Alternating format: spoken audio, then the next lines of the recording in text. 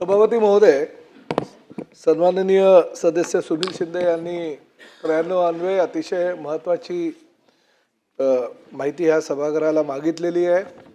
प्रामुख्यानं राज्य शासनाचं जे धोरण होतं ई बाईकच्या संदर्भात, ते धोरण ह्यासाठी होतं की महाराष्ट्रातील भूमिपुत्रांना, महाराष्ट्रातील बेरोजगार तरुणींना रोजगार मिळावं हा उद्देश डोळ्यासमोर ठेवून आणि प्रामुख्याने त्यामध्ये सुशिक्षित तरुणींचा फार मोठ्या प्रमाणामध्ये सहभाग व्हावा। गोवा राज्यासारख्या ठिकाणी पर्यटनासाठी जाणारी जी नागरिक आहेत, पर्यटक आहेत, ते बाईक टॅक्सीचा चांगल्या प्रकारे उपयोग करून घेतात। कारण एकटा सिंगल जी व्यक्ती आहे ती जर टॅक्सीमध्ये अथवा रिक्षामध्ये बसले तर त्यांना तिप्पट किंवा चौपट भाडे आकारणी होते, परंतु एक बाईक टॅक्सीच्या माध्यमातून ते जर त्यांच्या इच्छित स्थळी गेले तर त्यांना फार कमी त्या ठिकाणी प्रवासी जे भाडं आहे ते भरावं लागत होतं आणि त्या माध्यमातून ह्या बाईक टॅक्सीचा फायदा राज्यातील सर्वसामान्य लोकांना व्हावा हा मूळ उद्देश डोळ्यासमोर ठेवून राज्य शासनानं ई बाईक टॅक्सीला परवानगी दिली होती। खरं तर आम्ही जो प्रस्ताव डिपार्टमेंटच्या माध्यमातून कॅबिनेटकडे पाठवला होता त्यामध्ये सगळ्या टू व्हीलर ज्या म्हणजे पेट्रोलवर चालणाऱ्या बाईक टॅक्सींना सुद्धा परवानगी द्यावी असं विनंती केली होती कॅबिनेटला, परंतु कॅबिनेटमध्ये माननीय मुख्यमंत्री आणि दोन्ही उपमुख्यमंत्र्यांनी त्यावेळेस अजितदादा सुद्धा होते असा निर्णय घेतला की पर्यावरणपूरक गाड्या भविष्यामध्ये आपण ह्या राज्यामध्ये आणणार आहोत आणि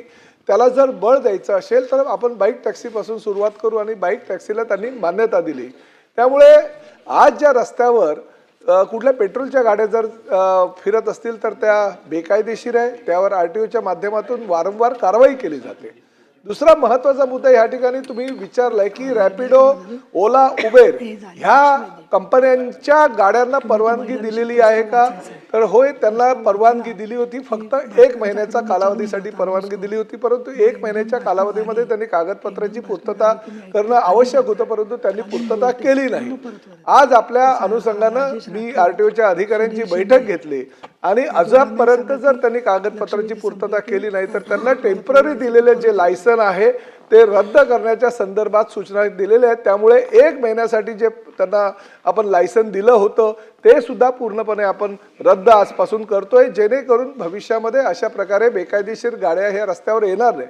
आणि मुंबईसारख्या आणि प्रामुख्याने एमएमआर क्षेत्रामध्ये हा मोठ्या प्रमाणात आहे।